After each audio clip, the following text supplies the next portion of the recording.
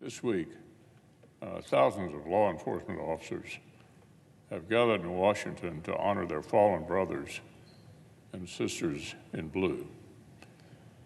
Every year since 1962, Peace Officers Memorial Day has called our nation to pay special tribute to heroic men and women in our communities who've made the ultimate sacrifice to keep us safe.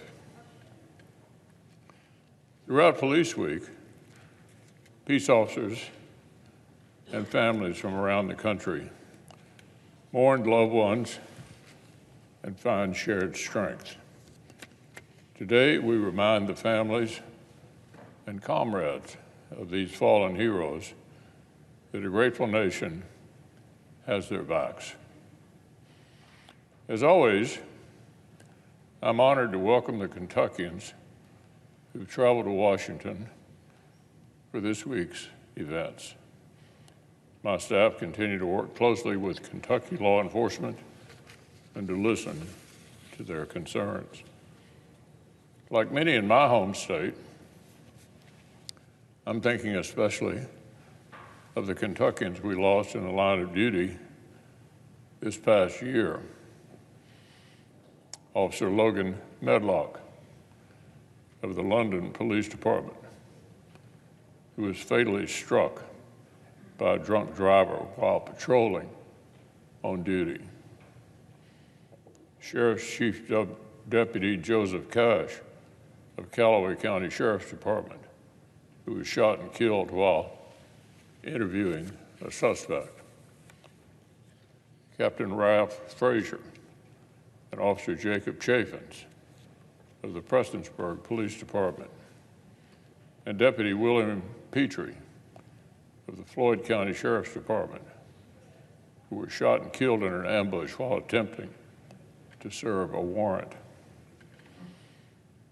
And the 7 other Kentuckians whose names are being enshrined today on the National Law Enforcement Memorial: James Quitlow, Travis Hurley, Oliver Little, Gregory Means, Mark Pike, David Raggi, and Dixon Allen Sasser.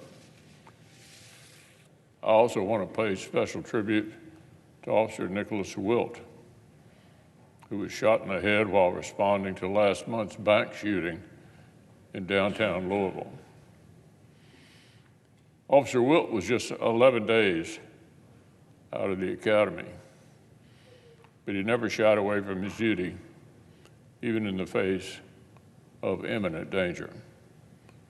Today, Officer Wilt has continued to show signs of improvement, and the city of Louisville stands behind him on his road to recovery. As we honor officers in Kentucky and across the country who've been injured or killed in the line of duty, I know my colleagues join me in thanking the peace officers who continue to run toward danger to keep us safe. Now, Mr. President, Police Week is an important and solemn occasion every year. America's peace officers deserve our respect and recognition every single day. But in recent years, Peace Officers Memorial Day has taken on an especially urgent significance. In 2021, President Biden's first year in office, the number of law enforcement officials feloniously killed in the line of duty reached its highest level in 20 years. Just last year, 331 officers were shot on the job. 62 of them were killed. That's a 32% increase from just 2 years earlier. Brave men and women in blue swear to uphold law and order, to run toward danger, even to give their lives to protect their communities. But as a radical, soft-on-crime movement has taken hold of elected Democrats at every level of government, peace officers have been forced to bear an even heavier burden.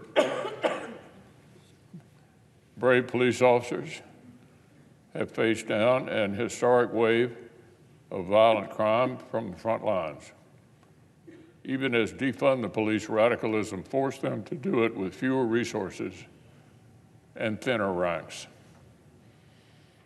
They've continued to risk their lives to enforce our laws, even as soft on crime liberal prosecutors do everything they can to avoid holding criminals accountable.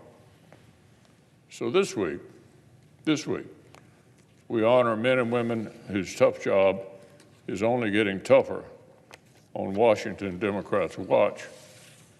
But thanks to the leadership of Senator Cornyn and Senator Cassidy, Senate Republicans are ready to take action to protect law enforcement officers in the line of duty.